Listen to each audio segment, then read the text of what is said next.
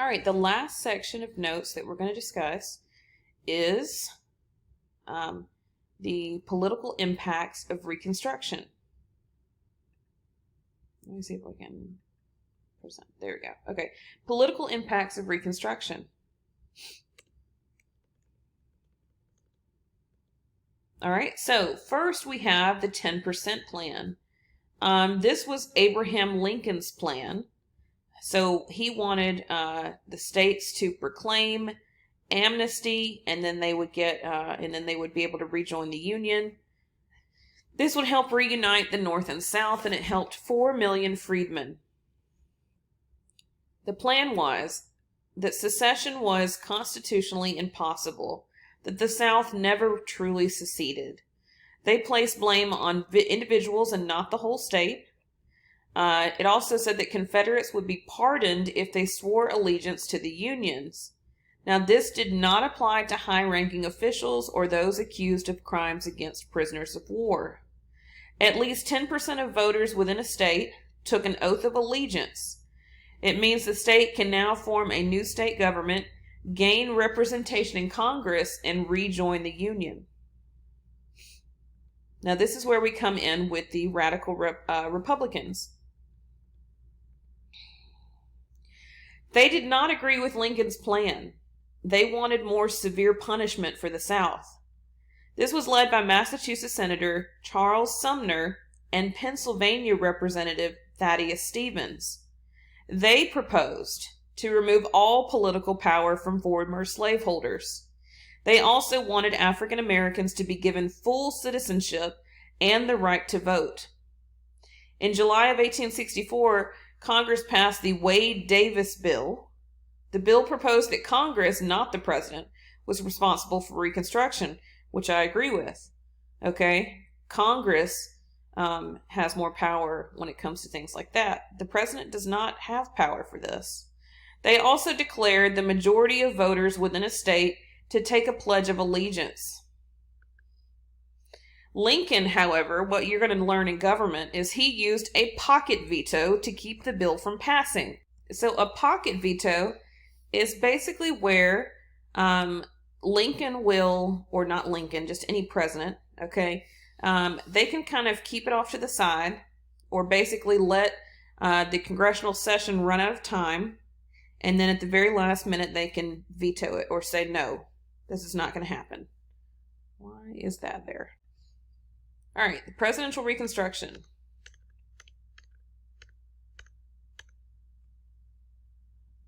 All right, during presidential reconstruction, in 1865, Lincoln is assassinated. Remember, he is assassinated in the theater, okay? Johnson then becomes the 17th president. Johnson was a Democrat and thought Southern leaders should be punished severely, but many Southerners viewed him as a traitor. In 1865, he announced his presidential reconstruction plan, and it says that in order for a Southern state to be readmitted into the Union, they first had to withdraw its secession, so act like they had to basically take it back, say that we should not have seceded, we didn't mean it. They also had to pay off their debts. They then had to swear formal allegiance to the Union, and they had to ratify the 13th Amendment, which means the abolition of slavery. Johnson also thought that each state should make its own decisions and not the federal government, because he was a believer of states' rights, and many Southerners agreed. However, Johnson did not agree with African American voting rights because, again, he was a Democrat. Angered radicals who wanted a plan that would address the needs of the freedmen, such as land rights, voting rights, and protection under the law. So a lot of people were aggravated about this. So now we have Johnson versus Congress. All right. The remaining Southern states agreed that new state constitutions, new state governments, and new representatives were needed. In December of 1865, Southern representatives arrived in Washington, D.C. However, the problems: not all states followed through with Johnson's requirements. Mississippi never ratified the 13th Amendment, and 58 Southern representatives were in Congress, were also part of the Confederacy. So now they just basically got back everything they had to begin with. 6 served on the Confederate cabinet, so these were high-ranking officials. And then 4 also fought against the Union as Confederate generals. So these people literally were not sorry, okay? And they now got to continue on with these high-ranking congressional positions, even though they were traitors to their country. Johnson pardoned them all. Radicals were furious, and African Americans felt betrayed.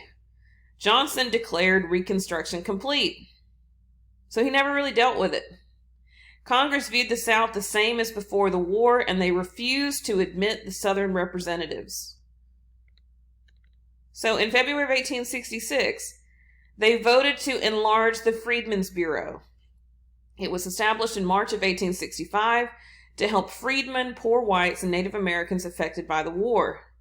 It gave food and clothing after the war ended to people who needed it, to freed slaves. They also tried to resettle freedmen on Confederate lands that were confiscated or abandoned. Most of this land was given back to the original owners, so the freedmen had to leave. The Freedmen's Bureau closed in 1872 due to lack of funding and turmoil of Reconstruction, so they ran out of money. In 1866, the Civil Rights Act of 1866 was passed, which gave African Americans citizenship and forbid state governments from passing laws that were discriminatory against them. However, now we get into black codes and Jim Crow.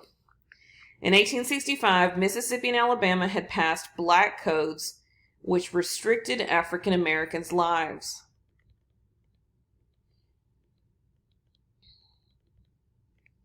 So, what are black codes? Other southern states began to pass black codes as well, but they varied from state to state, and black codes honestly restored many of the restrictions of slavery. So it set them back.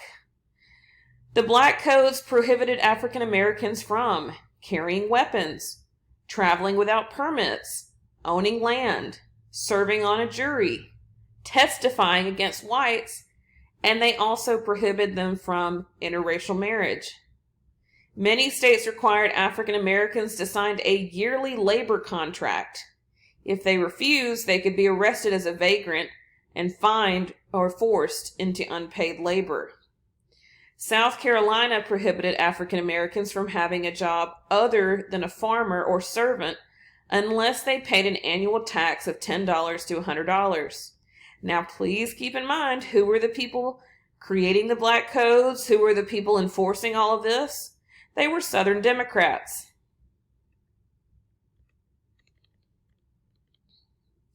Enforced by state militia forces often made up of Confederate veterans. Proof the South did not want to abolish slavery. It angered many Northerners.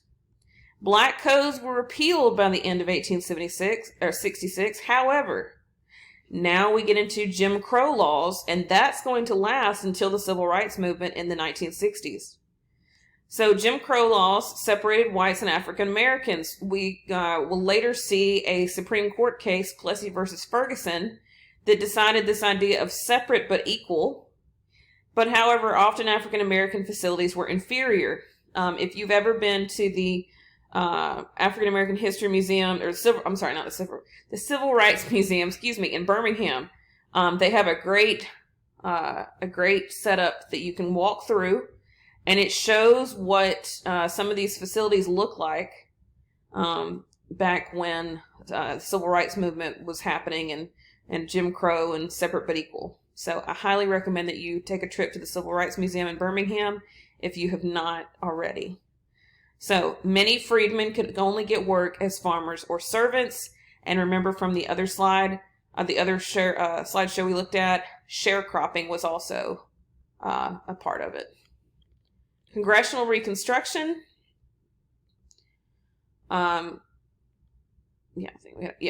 So, Johnson vetoed both the Freedmen's Bureau Act and the Civil Rights Act of 1866. So that means that the Republicans pushed it forward, and the president has the power to veto, so it never actually became law. Moderate and radical Republicans decided they wanted to work together against Johnson. This began in the mid-1866. They overruled Johnson's vetoes and passed the Freedmen's Bureau Act and the Civil Rights Act of 1866. So what happens is Congress can actually override a presidential veto, but they have to have 3/4 of the House and the Senate agree, which it says they did. They also then drafted the 14th Amendment, and the 14th Amendment will be on your test. You need to know about this. It states, all persons who are born or naturalized in the U.S. are citizens. Every citizen has equal protection of the law. No state can deprive any person of life, liberty, or the pursuit of happiness without due process of the law. What you need to know is this does not apply to Native Americans.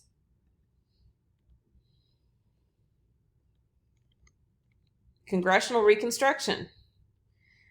It did not get African Americans the right to vote. That's going to be another amendment that we'll see next. Okay?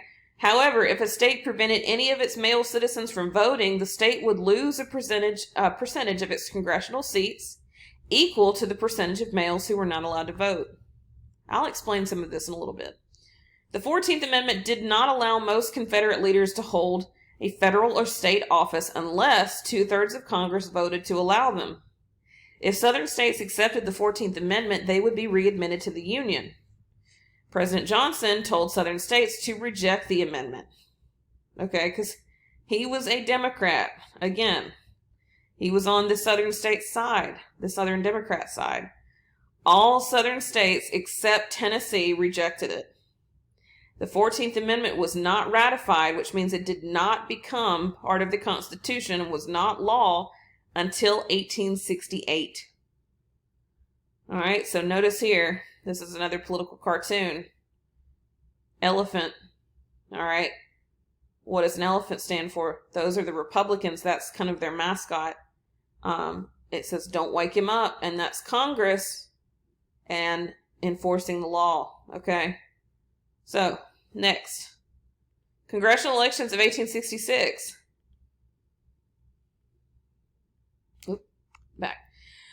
Johnson traveled to ask voters to elect representatives that agree with his plan because he wanted people on his side. He was met, however, with angry crowds and riots that broke out in Memphis, Tennessee, New Orleans, and Louisiana. The problem was they were not happy with how things were going. They did not like his plan. Many Northerners wanted the federal government to intervene. Republicans then won 2/3 of the seats in Congress, and that means that Congress could now override Johnson's vetoes. You get now the Reconstruction Act of 1867. I'm a little dyslexic sometimes. This is going to be on your test, so just remember this. The Reconstruction Act of 1867 did not recognize 10 of the Southern states' governments under Lincoln or Johnson's plans. Tennessee was recognized only because it was ratified the 14th Amendment. The remaining 10 states, which you'll see here, were divided into 5 military zones, each headed by a Union general. And that way they prevented the Southern states from enforcing the black codes, which, restricted African Americans. They allowed to use military force to protect African Americans and their property. So notice Alabama was part of District 3, because at this point in time, all of these Southern states were run by Democrats. Now, in order for one of these states to try to rejoin the Union and get rid of all of these, military and things like that, they had to allow all voters, including African American men, to elect delegates who would draft a new state constitution. The new constitution had to ensure African Americans had the right to vote. Keep in mind, it says men. Women were not allowed to vote until the 19th Amendment, which did not happen until, I think it was 1919. Okay? So, they also had to ratify the 14th Amendment. Johnson tried to veto the act, but he failed because, remember, the Republicans won control. So that means they were able to bypass his veto. Johnson tried to sabotage the act by removing military generals who tried to enforce it. And then radical Republicans felt Johnson was not upholding his constitutional duty to enforce the Reconstruction Act, so they began to look for a way to impeach him. The president's job is to enforce the laws. So if Congress passes a law and the president refuses to enforce that law, I don't know if I would consider it grounds for impeachment, but it's definitely a problem. Okay, so Johnson is now impeached. All right. Congress now passes the Tenure of Office Act in March of 1867, and what this did is it declared the president could not remove a cabinet officer that was appointed during the president's term without the consent of the Senate. Congress also wanted to keep the Secretary of War, Edwin Stanton, in his position, an ally of the Republicans. Well, here's what happens. The president is allowed to remove members of his cabinet, so that's not an area that Congress could have touched. Johnson wanted the act to go to court, so he fired Stanton. The Republicans slapped him with 11 counts of misconduct. Johnson, his lawyers argued that Lincoln, not Johnson, appointed Stanton, and therefore the act did not apply. Whenever a new president comes in, they are allowed to pick the members of their cabinet, but they have to be agreed upon by members of the Senate. Johnson was not removed from his presidency. He was one vote short. So this is what you need to understand. And you probably remember this from earlier when they impeached Donald Trump. Just because a president is impeached does not mean that they are removed from office. Okay? It's almost just like it's a bad image on their record. But they are not removed from office. So, Democrats chose Horatio Seymour to run against Ulysses S. Grant in the 1868 presidential election. Grant won. So 500,000 of African Americans voted. Most voted for Grant, which were 90% of African Americans supported the Republican Party. So General Grant was a Republican. And look at this number. 90% of African Americans voted for the Republican Party. If you think about it in 2020, why has that switched? We'll get to more of that later. Reconstruction continues. You'll need to know about scalawags on your test. By 1870, all Southern states rejoined the Union. Political tension and violence remained in the South. Most Democrats did not agree with the Reconstruction plan. Scalawags, white Southerners who joined the Republican Party and supported Reconstruction. So that's what the nickname came from. It was almost like they were viewed as traitors because, again, the majority of Southerners, or the high-ranking Southerners, were Democrats, okay?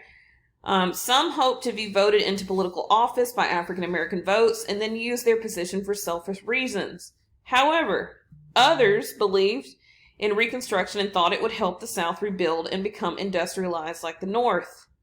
Most were farmers who just wanted to improve their own economic and political position and prevent wealthy owners, plantation owners, from regaining power. So a lot of these people were just middle class or low class, poor farmers. Carpetbaggers, though. Carpetbaggers were Northerners who moved to the South. Most white Southerners believed that carpetbaggers wanted to get rich by exploiting the South. Some did, but others just wanted to help the freedmen. Some worked for the Freedmen's Bureau, some were teachers, some were ministers, some wanted to buy land and start new industries that would help the South rebuild. We also start to see the passage of the 15th Amendment.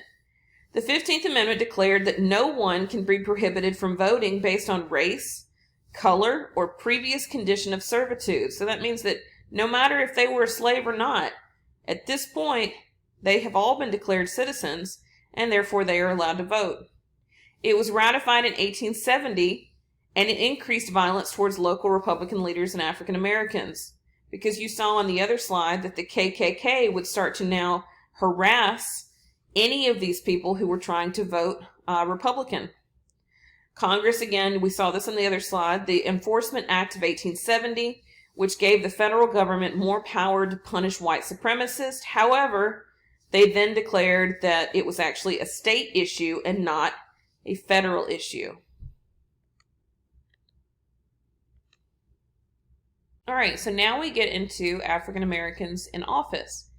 So what happened after the 13th, 14th, 15th Amendment pass, and you now have control by some of these Republicans? They start to elect African Americans to actually serve in political office, which was huge. It had never happened before this. These were the first, now notice this is an old picture, so it says the colored. These were the first African American senators and representatives. So these people served in the federal government, which was a very high-ranking position. But what you need to know is they were all Republicans. So they still held far fewer political offices than whites. They did not make up that many. South Carolina was the only state that had more African Americans in its state legislature. In 1870, Hiram Revels was the first African American senator. In 1871, Texas passes a law preventing railroads from segregating train cars. And we're just kind of speeding through some of this. In 1872, PBS Pinchback became the first African American governor in the state of Louisiana. African Americans then began to focus on building up their own communities.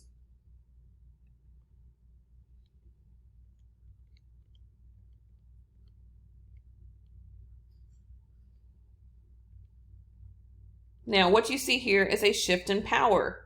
And again, this is going to kind of go a little fast because we're not spending a whole lot of time on Reconstruction. I just need you to know, basically, the high points. So up until 1872, Republicans held the power. In 1872, Congress passes what is known as the Amnesty Act.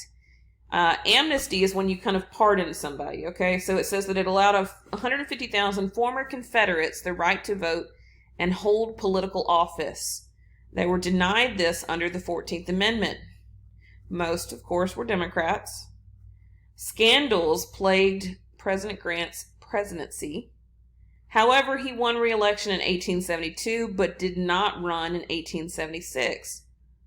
During the 1870s, the Supreme Court undermined Reconstruction laws. So now we have the Slaughterhouse case in 1873. This was the most, it says most civil rights were states' rights and unprotected by the 14th Amendment, or that's what it determined. In the U.S. versus Cruikshank, 1876, the 14th Amendment did not give the federal government power to punish whites who oppressed African Americans. Again, they said that it was a state's issue. And then in the U.S. versus Reese of 1876, they declared that the 15th Amendment did not grant the right to vote to anyone, and that it restricted voter discrimination.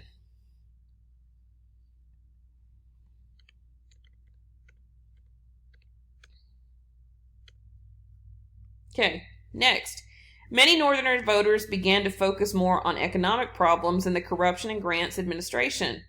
They became less interested in Reconstruction. They were worried about, the economy. They wanted to, the country to make money again. The Republican Party began to back off. Sumner and Stevens died. Republicans began to think that the government could not enforce the moral and social changes needed for freedmen to progress in the South. In 1875, Democrats had control of basically all of the southern states. In Democratic Redemption, it says, saving the South from what the Republicans had done. In 1876, Republican Rutherford B. Hayes won against Democrat Samuel J. Tilden.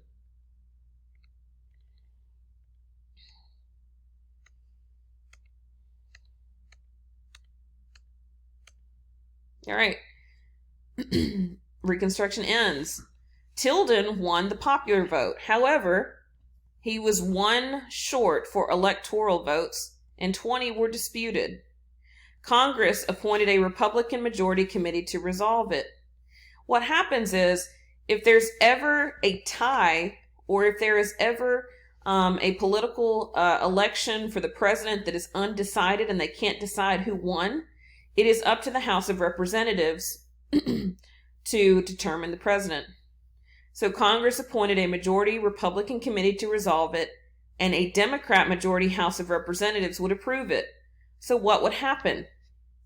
You get the Compromise of 1877. Democrats agreed to Hayes becoming president only if Federal troops were moved from Louisiana and South Carolina. Federal money was given to the South to repair rivers, harbors, bridges, and a railroad was built from Texas to the West Coast. Also, Hayes had to appoint a Democratic Southerner to his cabinet. The Republicans agreed. Hayes was inaugurated and Democrats controlled all Southern states. And then they have what is known as home rule, which means the South can run the governments without interference from the federal government. So they basically told the federal government to leave us alone. So what's going to happen?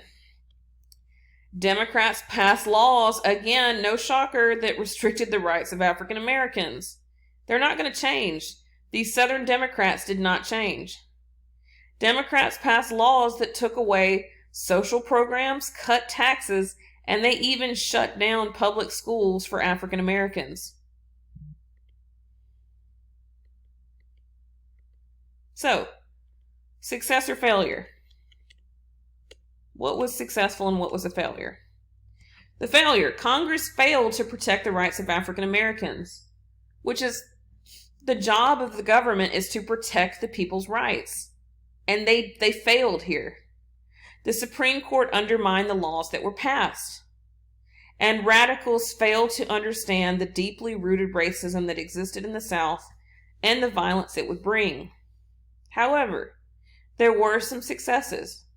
The 13th, 14th, and 15th Amendments were passed, and they remained part of the Constitution. This was huge. Many organizations for African Americans were established. And another thing, like I said, is literacy is a huge part of success. And the literacy rate for African Americans increased, which means that African Americans were learning how to read. And that's huge. One of the ways that people try to keep others in the darkness, or they try to abuse them, or they will even try to, lie to them, is because they are trying to keep people down. If you are not educated and you don't know how to read, then you don't know what's right or wrong. Also, they inspired future generations to start the civil rights movement of the 1950s and 60s. So, this is the end. Let me double check. Yes, this is the end of political impacts of Reconstruction.